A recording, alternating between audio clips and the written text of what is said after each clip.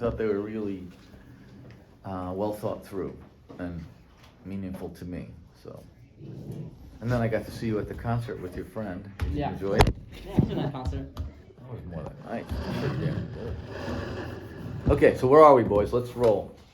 Wait, you're gonna give me one more second? No, I can't give you any more seconds. Let them start, because I'm gonna have to end up cutting this short, because there are people dragging me out of here. Oh, look at that, a tripod.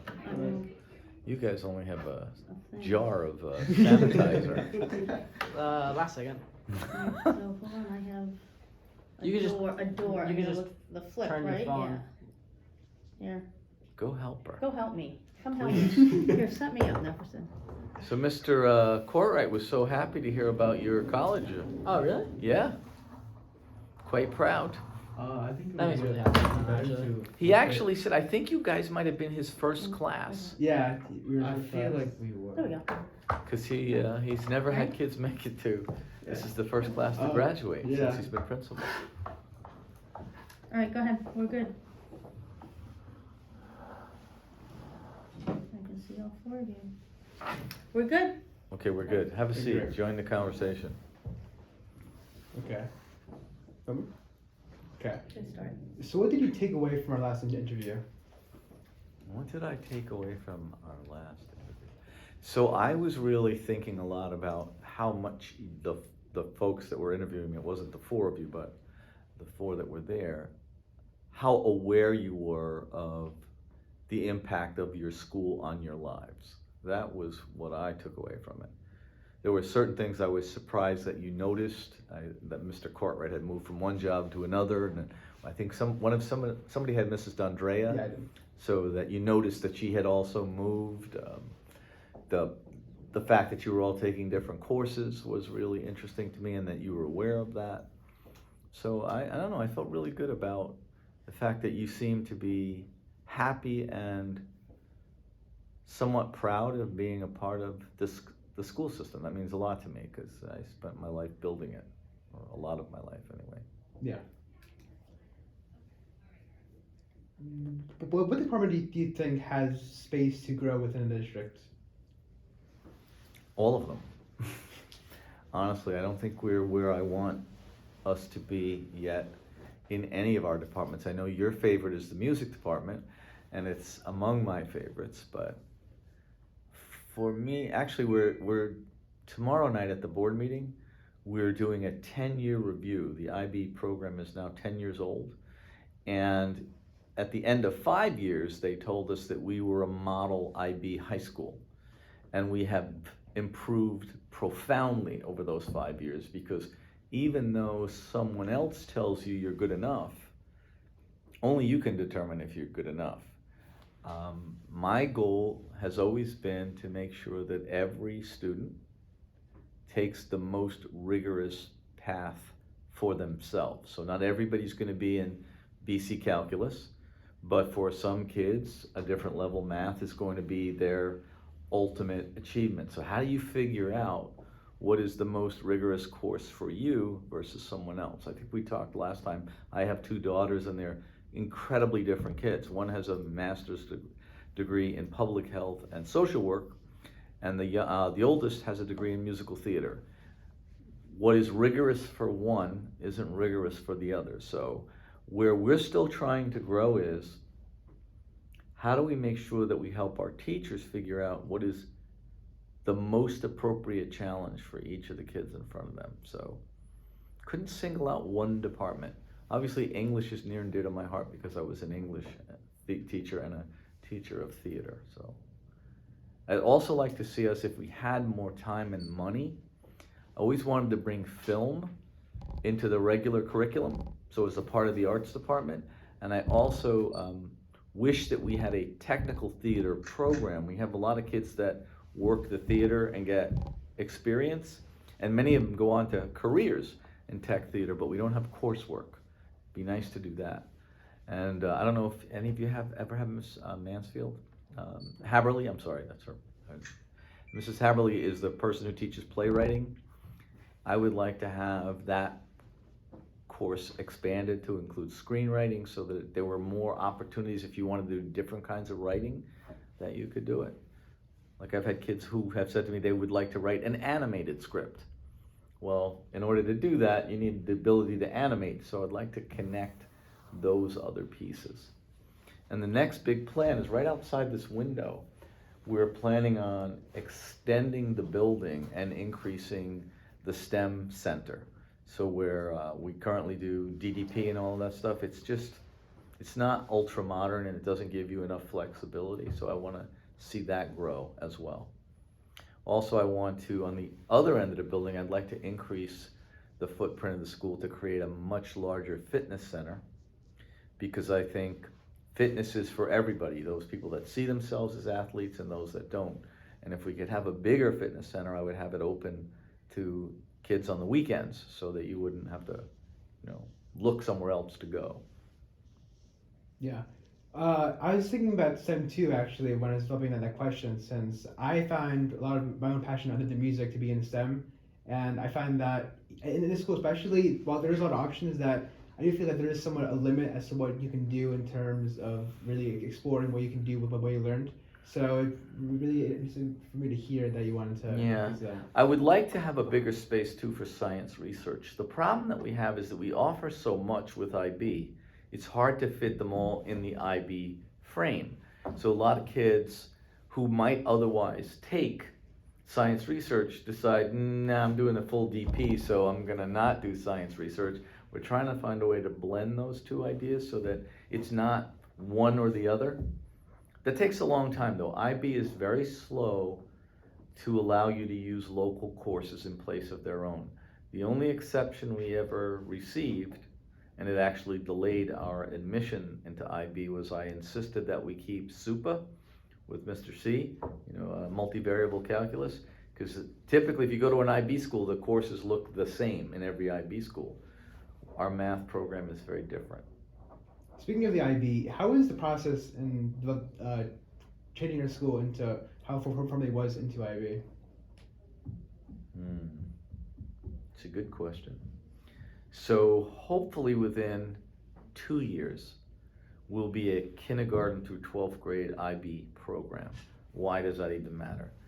Because all teachers in the IB framework have to be trained. And so whether you're in kindergarten or in 12th grade, you'll be learning in the same framework. So the language that teachers use, the strategies that they use, the IB learner profile traits, all of those things are aligned. And what you hope is that if you start in kindergarten with kids thinking this way, they get to be more in charge of their own education more quickly. There are certain points at which, well, you know this, but if you enter our school in 2 years, you'll be in the IB program, everybody will, until you hit 10th grade. And then you're going to decide, because you've experienced so much of this, which way to go. Will I be a full DP kid? Will I be a certificate student? And I think you'll be better equipped to do that. It's just expensive and it takes time. You can't do it quickly because every teacher has to be trained. You have to build the curriculum. It has to be approved by IB so that it meets certain criteria. It has to have certain rigor. So we try to do it slowly and carefully, because I don't ever want you to experience anything haphazardly just because we wanted to get it done. And I wish, if I'd had my dream, you guys would have experienced more world languages at the elementary level, but we did have a world language program at the elementary level that got cut in 2009 as a budget cut. Actually, Mrs. Taberzi was on the school board when that happened. I remember you mentioned that your daughters are either doing, I believe, theater as well and social work. Well, one daughter is a researcher. Yeah. And she researches global health, interestingly enough. And the other is an actress singer, and Yeah. she's pursuing a career in the performing arts, Do you mostly think- musical theater. So do you think your role as either superintendent or as a teacher of theater has influenced their choices in their career? I would think not so much influencing their career, but influencing their approach to the kind of things they do. So both of my kids, I think, are very committed to making sure everybody's treated fairly and that everybody's included, and that's the way they approach their work. So my daughter Ashley, who's the musical theater performer, is a strong advocate for neurodivergent kids being in theater. She's a neurodivergent student herself, high performing, but still on the spectrum. And my other daughter has done a lot of studies on global health. She's visited third world countries to see how people suffer as a result of poor access to water or health care or nutrition. And she's working hard on her passion, which is how do we make this more of an international issue. When you see something like COVID, you realize it doesn't matter where you live, this is going to come get you. And so how do you develop a more unified approach to dealing with problems that face everybody? Because I think we tend to sometimes think, I said this the other night, you were there when I was talking to the National Honor Society. I said, for me, the big lie is you would think if you watch the news that everybody is so different and they disagree on everything. But there are so many things that people have in common that could unify. Like, I don't know any parent that doesn't want the best for their children. I don't know any parent that doesn't want their kids to be safe. And we tend to focus on all these extraneous things that sometimes are just distractors and ways to divide people, where there's so much more, I think, that could unify you. Like, how do we make the world a better place for everybody that's going to live in it, especially your generation? You guys have a lot at risk.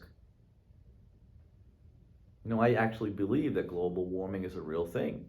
And I think if we don't start to change the way things are going, I worry about the environment in which you will grow up, the actual environment. You know, we know now pretty clearly that temperature has risen consistently, and it's having an effect on, you know, if you live in a state that's coastal, there's less of that state because the water has creeped up. And I call less snow days now. In what ways are your job political, and is there anything you do to limit that? Well, I think everybody's job is political, and politics has a negative term, but if you think about the idea that being political means finding a way, and we talked about this last time, to get people to find their common ground as opposed to finding ways to divide them, it's a different kind of work. So for me, I always start with the primary. My job is not politics, it's kids. So when things get confusing for me, I ask myself this simple question: what is in the best interest of everybody's kids? Whatever that answer is, you just take the leap and do it, because otherwise I don't know how you would ever navigate just making decisions based on what group is in power or not in power. I try not to get lost. My true north is always, if it's good for everybody's kids, then it's good. And if it's not, then it's not. What do you think is the most harmful aspect of student culture? Most harmful aspect? I'm not so sure I would call it student culture. I think for me the greatest challenge right now is that students and even adults have so many inputs. They get information from so many places. Some of it good, some of it bad. Often it's not what I consider information. Last time we met, you said, how do I see myself? I said, as a research practitioner. So I don't make things up. I do a lot of homework. I try to look at a lot of things before I reach a conclusion. And I think so much of what is happening now is that all people, kids, adults, are being manipulated by partial information, and teaching people not what to think, but how to examine what they experience is the most important part. I don't want to tell you to agree with one group or another. What I want to do is create enough capacity in you as a human being to determine for yourself, based on what you believe makes the most sense. That's the work of school. School shouldn't be saying it's this or that. It should be saying, here are the tools that you need to figure out what you believe. A good school, I think, gives you the ability to go out into the real world and test your values. Is this really the right thing? Hard to know. Not everything's so easy. It's not one thing or the other. There's always a gray area, and there's always nuance. To me, if any behavior you're engaging in hurts another person, you're be pretty certain it's the wrong behavior. Okay. Is there a way in which technology is treated here that you'd like to change? Ask me again. Is there a way technology is treated here that you'd like to change? The way it's created here? No, the way it's treated here. The way it's treated here. You know, that's a really interesting question. I struggle with this because in some ways, I think school is expected to have this bubble effect on kids that they don't have outside of that door. So you can put all the filters on search engines and access to material that you want, but kids are pretty smart. They know how to work around it. They know how to go outside and use their phone. And so I think you have to have reasonable rules and limitations. On the other hand, the more important part is I think we should teach people the ethics of how you use technology. You know, I forget which speech this was, but it was about how technology has this incredible power to empower people who have typically been disempowered because it gives them voice. On the other hand, I've seen that abused. I've seen kids destroyed using social media. I've seen cultures distorted through the use of social media. On the other hand, I've seen people take dictatorships down using social media. So the question is not, am I happy with it, but have I prepared you to think about its impact, not only on you, but on the person who's experiencing your use of it? What will you try to do to push this idea? I think the mistake is that we focus that question on technology as if the phone has power. The phone has no power. The phone is a tool. It can be used for good or evil. It can be used to, destroy somebody or elevate them. And so it's not about the phone. It's about how are we helping you to determine your own true sense of what is right and wrong. And I think, the IB is designed to do that. It's designed to say, look, here are the issues. What are the frames that you want to put on those issues to make your judgment? I think that's the hard part of being a teacher. It's not telling. It's exposing people in a frame that allows them to explore and figure it out. Well, media is just another tool for that. People are freaking out right now about AI, right? Everybody's crazy. Oh, it's going to take over the world. I'm not worried about it. It's not going to take over the world. It's a tool. And we can teach you how to use that tool to enhance your abilities or not. Think about, I know you guys wouldn't remember this, but word processing was a huge shift. Schools used to spend all their time teaching kids how to write cursive. Well, I don't know about you. Do you write cursive much anymore? No. So did the world stop spinning and nobody can function? No, it's just a different tool for communication. And each iteration of communication makes the capacity, your reach, greater. The use of your time greater. My dissertation is like 1,000 pages long. I'm not a good typist and I think really fast. I used a word recognition program to get the draft down because it was faster than typing. And then I went back and edited it. Is that good? It fits me. It's what works for you. So this to me, I think we misunderstand technology. We glorify it. We give it a power it doesn't have. The power is in how it's used and what values are you bringing to that discussion. I mean, you guys know that, right? I've talked to young people, male and female, who have hurt their reputations by putting things out on social media that they wish they didn't. I think it's a really powerful lesson to remember there are certain things you can't take back. And the world is unforgiving. I've seen kids make mistakes in high school and come back 20 years later. And even though they've led a great life, they're still defined by that mistake. I tell a story that Mrs. DeBerzi has heard me tell. I once went to a reunion with my wife, and a small town. And so everybody was there, and this young man came in. It was like her 20th reunion. And he was dressed in a Marine's uniform, a captain's uniform. So that's a pretty big deal to be. And if you ever seen a Marine, you know, posture's a big thing. And Marines, they stand really straight. And he entered the room, and the whole setup was, so it was like a sunken living room. You come into the room and you step down. So he was standing up there, and he had a photo journal, and he was showing all of his classmates his house and his kids and his car. And I thought that was kind of like a little much. And so I was watching him, and I leaned over and I said, "What is this about?" And she said to me, "You know what? He's the kid that nobody thought would ever make it. He lived literally in a trailer at the end of the street, and he wasn't treated very well." And she said that to me, and I was watching him, and I'll never forget this. So he was standing on this step, right? And he's got his ramrod. You can't help but notice a Marine's posture. Miss Buckham, his son, was a Marine. If you ever see, you'll see what I mean.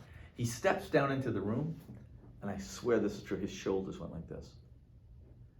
And I told the story a million times because it changed me.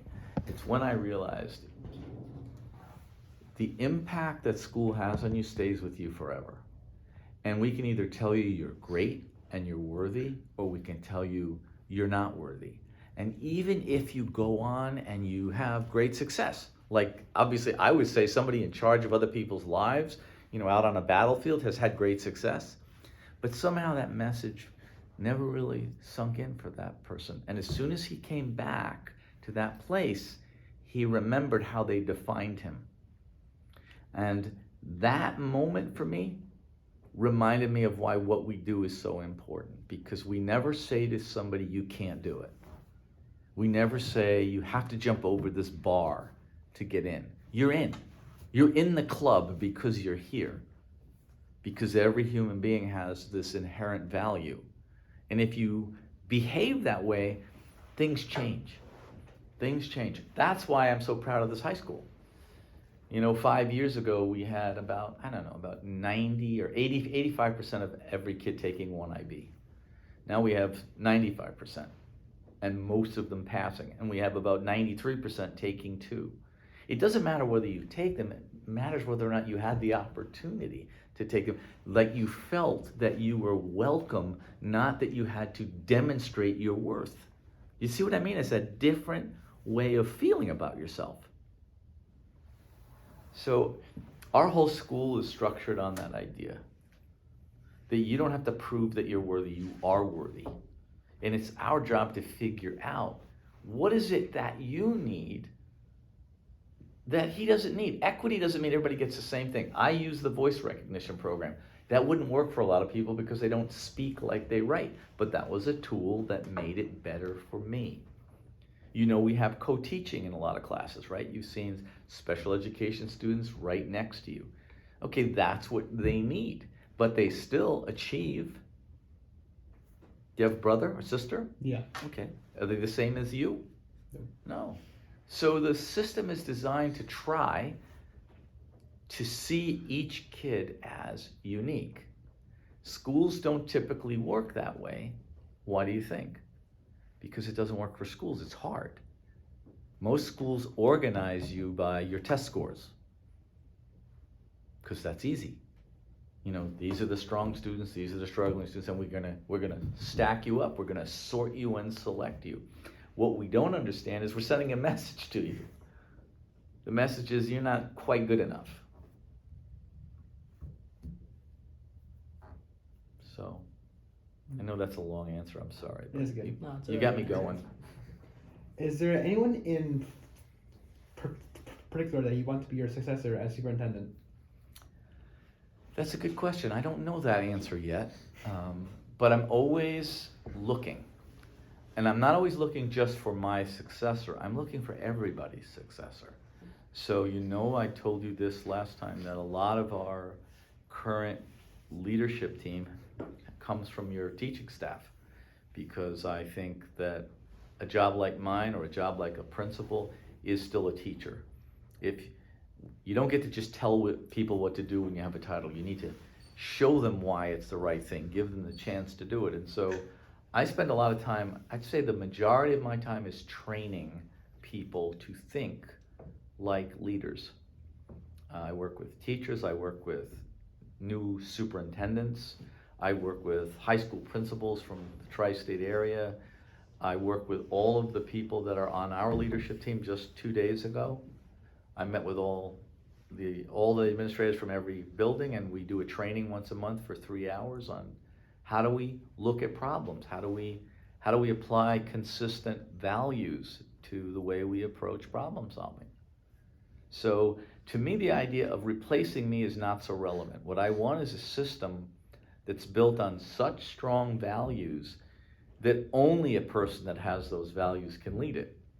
So the next board or whoever replaces me, don't look for me, look for somebody who has the beliefs that align with what we just talked about. You gotta be willing to fight for an organization where the most important statement we make is everybody's child matters. What mentality shift do you think an individual needs to become a leader? What a great question. I was just asked this question actually by a group of young superintendents. And I said, I think we have a misunderstanding of what leaders do. So the idea of a leader is mostly that you give people direction, I tell you what to do, orientation, I tell you go that way, and protection. When things don't go well, I fix it, right? You go to the leader to fix it. The truth of the matter is that that's not really what a leader does, because nobody can fix it by themselves. I can't make really hard problems go away.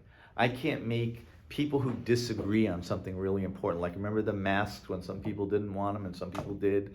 I couldn't make that go away. What I could do was keep creating this space to get people to talk about something that was really underneath that. Like, why are you uncomfortable? How do you feel? So leaders are really designed to influence people to think more deeply about their values, and if they're good leaders, to get people to question whether or not what they're doing is really in their own best interest or in the best interest of other people. I said this to you last time, and I say this to my team all the time. If you think that you are in charge of anything, it's really a big lie. Nobody really gets to tell you how to feel. And great leaders help you to think about how you feel. So it's one thing to say, okay, clear the parking lot or stay home for the snow day. That's easy. That's a simple thing. But when I say to teachers, we're gonna do high school differently than every other high school in the county, that's a big deal. Because the perception they have is that this is the way it's done. And I'm asking them to rethink what they know. You're the only high school in this area where we have heterogeneously grouped classes. That's a big, big challenge for teachers. You can't tell them to do it. I mean, they can go through the motions, but to do it with intention, with commitment is different. Think about being a parent. I think about this all the time. You teach your kids what you think they need to know to survive or to make good choices. What you really pray is that they make those good choices when you're not there. That's what leading is. You create the conditions for people to focus on things that are important. Hopefully they find a common ground, and then you hope that they live up to it. What do you think students can do to further this belief? You know, I think where you've already demonstrated strength, though this interview, for an example, is an outgrowth of TOK. TOK is getting you to think about thinking and to think about what's important. So you ended up in front of me. I'm sure you've interviewed other people beside me, which is really important because you want to collect lots of perspectives. I think what we can continue to do is to show our own students the effect of the world Harrison High School has created. It actually works. When you invite more people in, when you give more kids opportunity, it makes everybody's life better. And if we could convince you of that, if you see that as valuable, you take it outside. Good to hear. Okay. How long does it take for you to write those speeches? So that's a really good question, and I know it's a sincere question. So I make a bunch of speeches, but there are some that are very, very hard for me because they mean so much.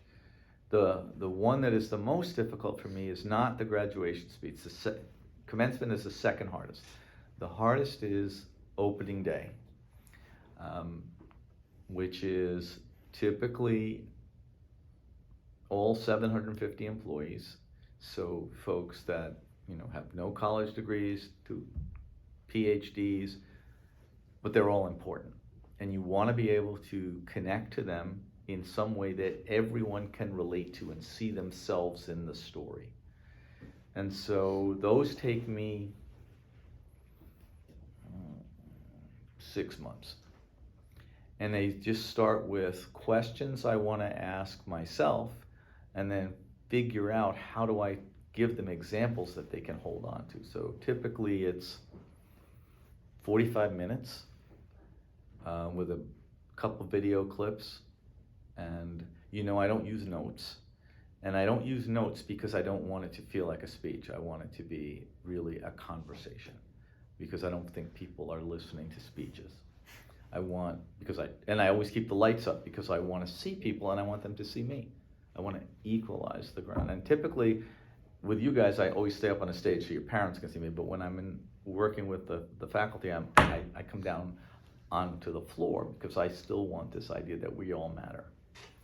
And this year was we actually had a surprise video for me. This was my 20th anniversary as superintendent, and Mrs. DeBerzy went on a tour with a bunch of other folks, and they asked employees, which story do you most remember that Dr. Wool has told over the years?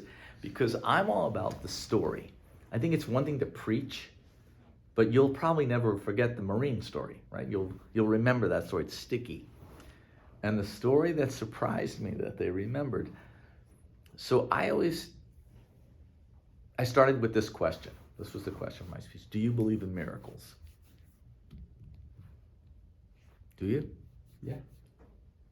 I don't. It's okay. There's no wrong answer.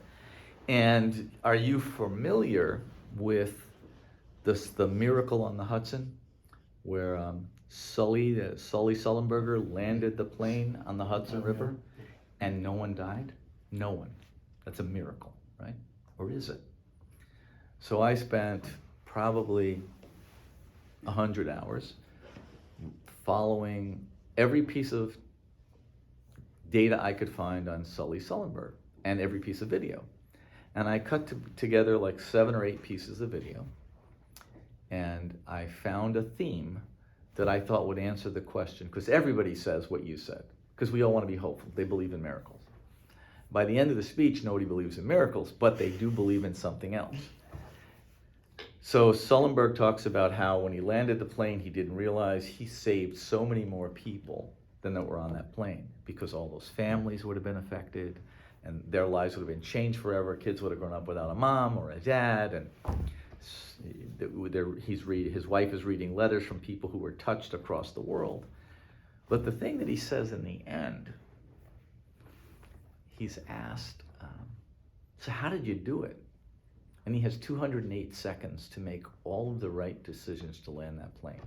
And by the way, do you know how many times that's been done successfully in history?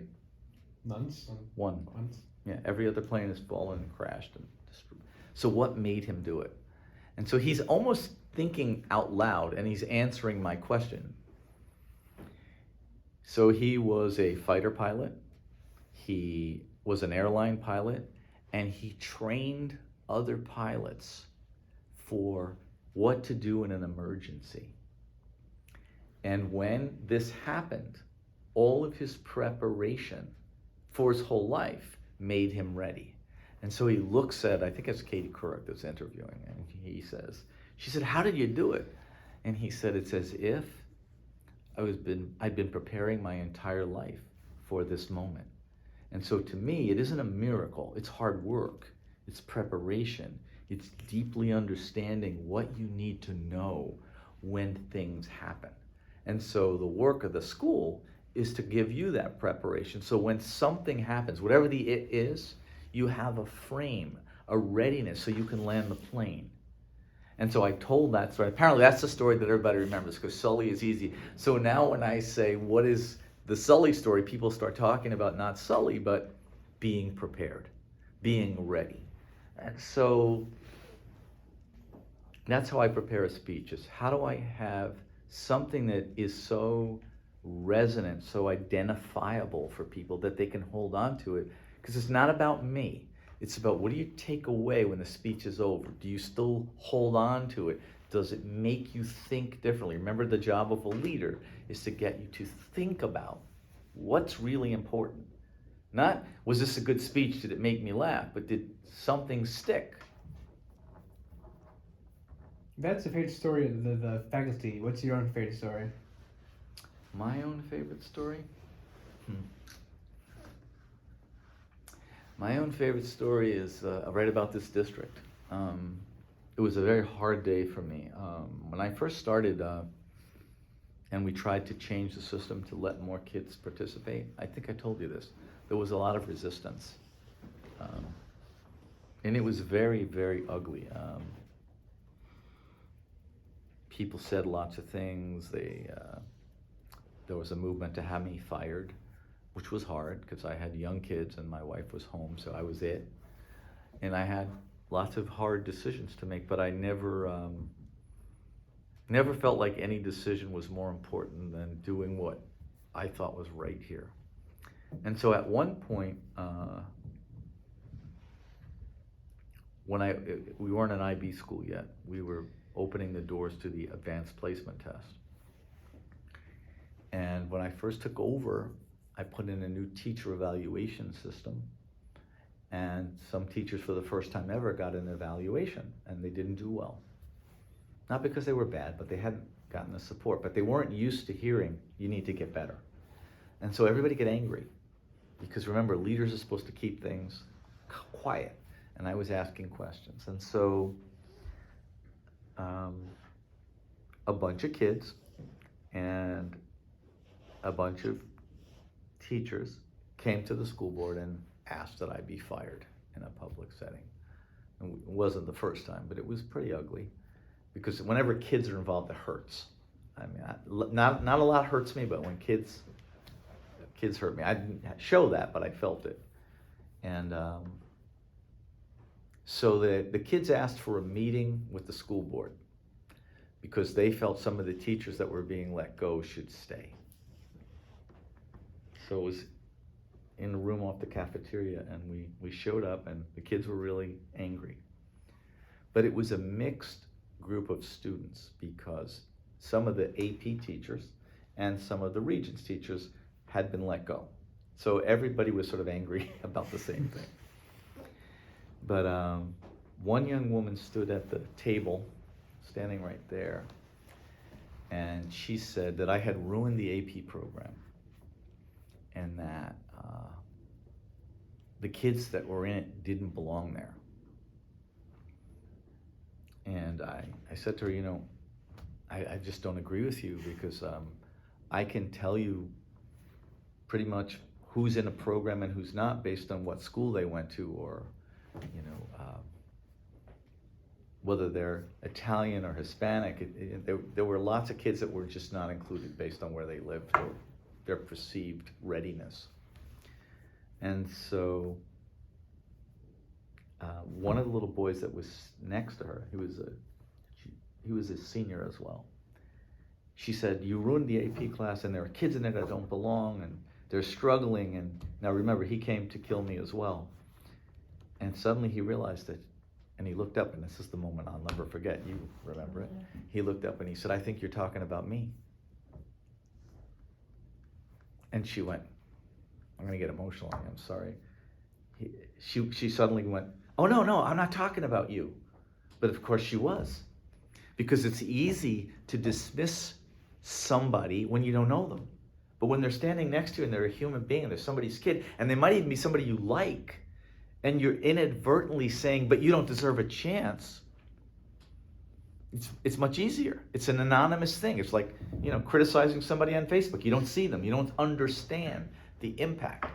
And what happened in that moment was everybody was there they were angry at me. And suddenly, because I let it happen, they saw the implications of their choices. And most of the people in that room, pretty much all of them, were good people. And they're thinking, wait a second. He's advocating for that kid being in. Why are we advocating for him to be left behind? And then he narrated this story, which was, reminded me a little bit of what you said. The girl that was doing the talking was very fortunate in life. She had lots of resources. And he looked up at her and he said, it's a struggle for me. I work every day after school. I don't have as much time to study as I would like. And then people start to see other people as human beings who need help, not to be minimized because they didn't start in the same place. And that was the beginning of the transformation, because when people start to believe something and they give people a real chance, everything changes.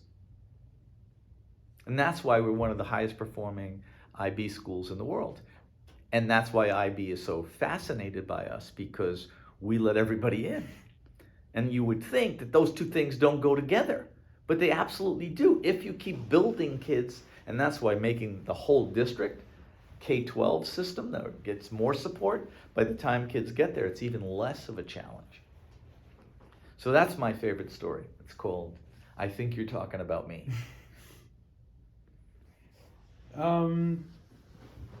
Is there anything you would completely change in the district if you have the power to do so? There's a lot of things I would completely change. For one thing, I'd have universal busing, because for a lot of kids it's a challenge. That would make life easier. That's a simple one. That's what I would call a technical financial change.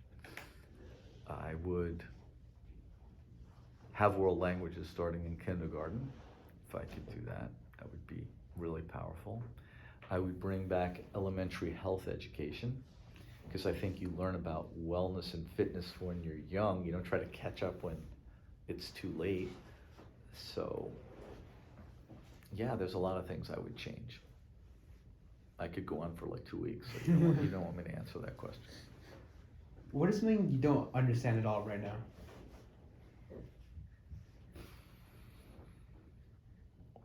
I don't understand why we can't see as a culture there's so much more common good than there is disagreement. It's almost as if we live as if we all disagree on everything. And really, at the end of the day, I just don't think it's true. And it makes my life harder, because I think kids are inherently good. There are occasionally kids who struggle for all kinds of reasons. But very few people, kids or adults, are just bad people. It's just not true. I mean, there are some. And I just think that if we could get back to what are the common things that we all care about? Family, safety. We all tend to think, do you know Maslow's theory? Okay, so he has another theory called the scarcity mentality, which means if you get something good, there can't possibly be enough good for me. It's like, this is why I changed the ranking system here, because only certain kids mattered, and now anybody, based on their effort, can be magna sum or cum laude, right? It doesn't matter. There's no limit. It doesn't make you less. If 50 kids become summa cum laude, good for them. But in most places, it's only these kids, or the top 10%. Well, what if the top 20% are really good? We're not going to count them. Who said?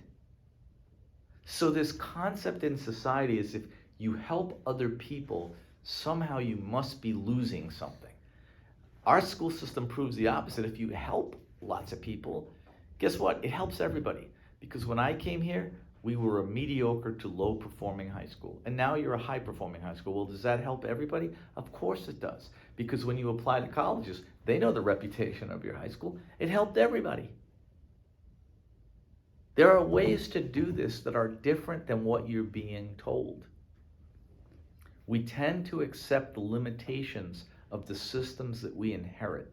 And that's just not the way I live my life. I think everybody matters, and I think if you behave like everybody matters, you make different choices. In everything you do, not just this. We talked about this, the way you treat the person serving you the coffee.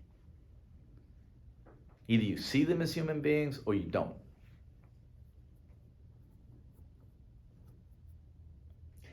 Speaking about college, since I heard you mention it, as you may have noticed, it's become a lot more competitive and it's sometimes a lot more toxic. Is there anything you'd like to tell the students who are facing this? In the college admissions process? Yeah. So I think it's going to pass. I think there's an anomaly going on. Kids are applying to too many colleges, number one. And the test option idea is a good idea, but I don't think the colleges were ready for it. And so what I think happened was, whether they are saying this or not, this is my conjecture, I can't prove this. If you took the SAT or the ACT, it's easier for them to evaluate you. Whether they're saying they're using it or not, I think there was still an advantage because the colleges weren't ready for the agenda they were advocating for. Because in order for me to evaluate you without test scores, I've got to look more deeply at your transcript. I've got to look more deeply at you. I might want to interview you. That's why I think the IB, particularly the DP program, gives you a huge advantage, because it's an external validation that you're a good student. It's not Harrison saying it. It's not you made the honors program in a particular, this is an international standard that everybody knows. Part of the other thing that we've always tried to do here is to give every kid an advantage for blowing open the door. IB, even if you just take certificates, is still a big deal. So I would not worry about it, because if you're leaving Harrison High School, you're about as well prepared as you can be, and you're gonna do fine. I think we tend to overestimate which schools we have to go to. You know, Mrs. Taberzi's son is a graduate of Harrison High School, maybe the smartest kid I ever met. And one of my favorite kids of all time, went to Columbia University on a Jefferson scholarship. But you know what I remember about Robbie Taberzi? It's one of my favorite stories. You're gonna get embarrassed, I know you hate when I tell it.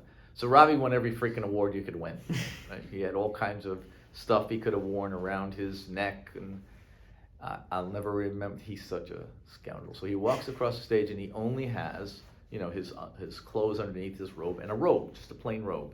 None of his, at that point he was National Honor Society, and I said, Robbie, where's all your stuff? I'm shaking his hand and he grabs me and he goes, it's either about all of us or it's not.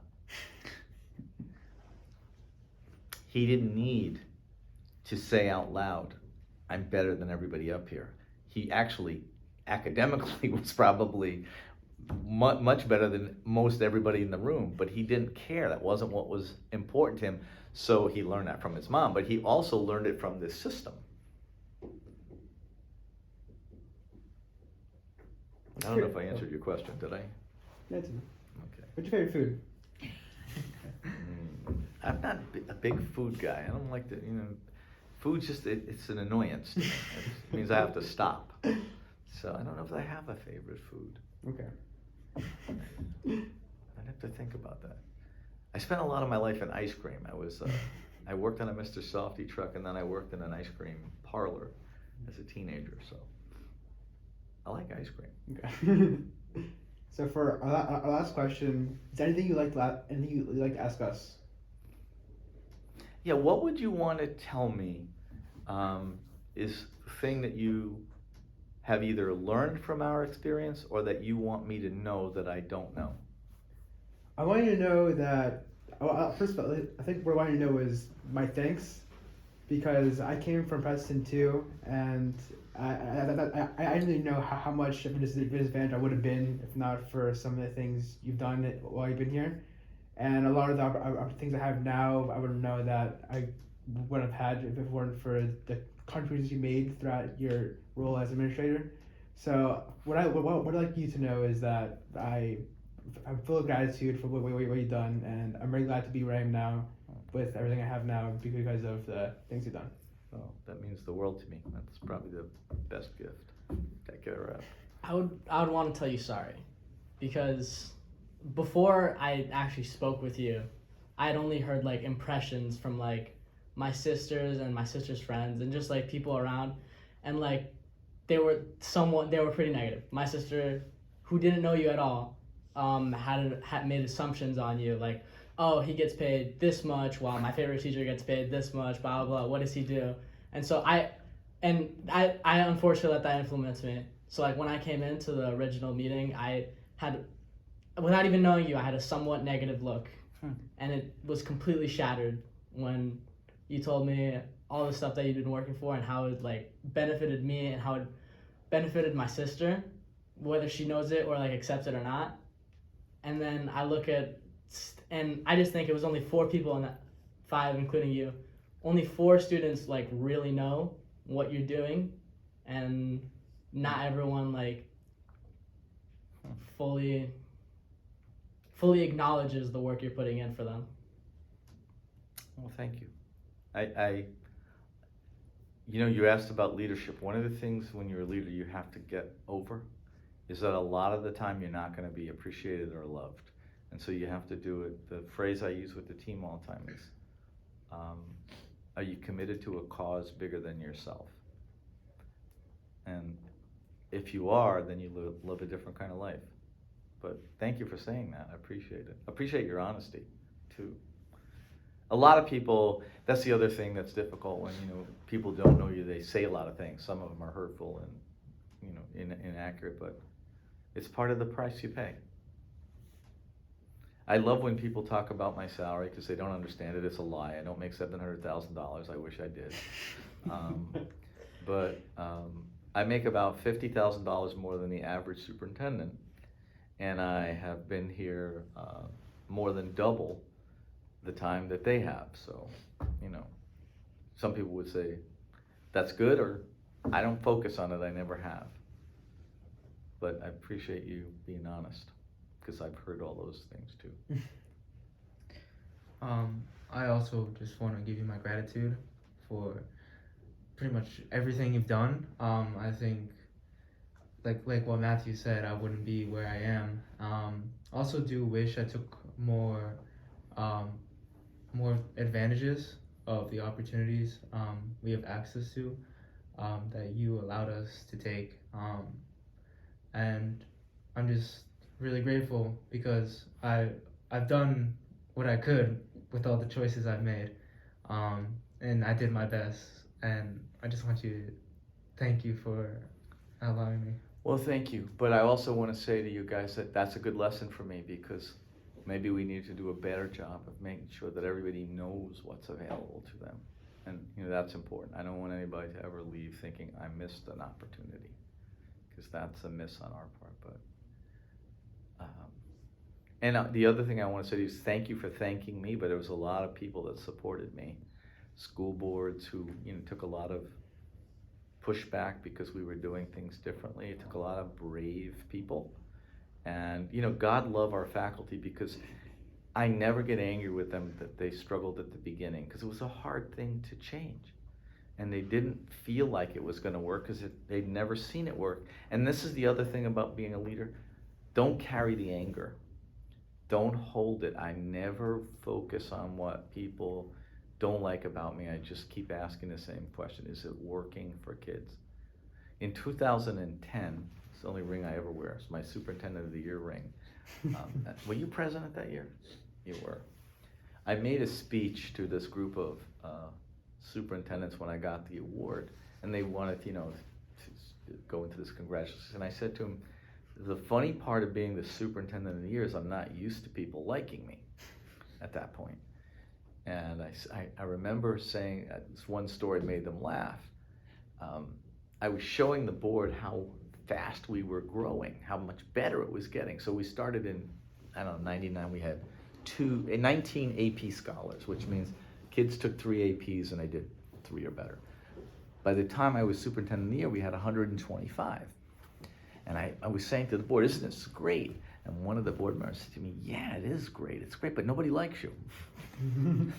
And I told that story because I wanted the superintendents to remember that if you focus on being liked, you're never going to really get the right work done, because a lot of people are going to struggle with liking you. Don't dislike them, but know that you're going to have to experience a little bit when you ask people to reconsider what they believe. I didn't mean to cut you off. Yeah, no, it's okay. Just based on their points as well, I mean, not only do I want to express gratitude, but also I want to value how much effort that you put into creating such an inclusive environment, and you want to aim to and strive to make students succeed, but you want to do it on their own accord, and you want to give them the opportunities. But as you keep saying, and as you referenced many times, being a leader is about teaching them how to think and giving them the opportunity of how they should think, but letting them find their own path. So I want to value your mindset about that, but also just generally creating an open opportunity for many students to feel welcome, but not feel too much pressure to, be the best possible perfectionist that they can be. Well, that is a really good observation, I think, too, because there can be too much pressure, right? There can be, and then sometimes pressure gets in the way of you succeeding, whether we know it or not. We're all trying to live up to somebody else's standard. I think that's the other thing that's important to me. I have 2 kids. If I expected the same things of both of them, I'd have been a terrible parent. They're completely different. They move in different ways.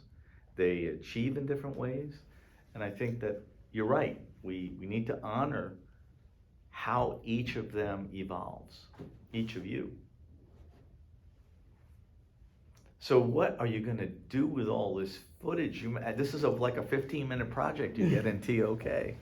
Probably just make one big video. But it was really fun. I liked it. Well, it was a pleasure to meet all of you, and it's helpful for me to hear your thinking, really much. Much indebted to you for that. Yeah. You we good? Yeah. All right. Thank you for sitting down and taking the time. My pleasure. Really. I love to talk about this stuff because it's all I talk about.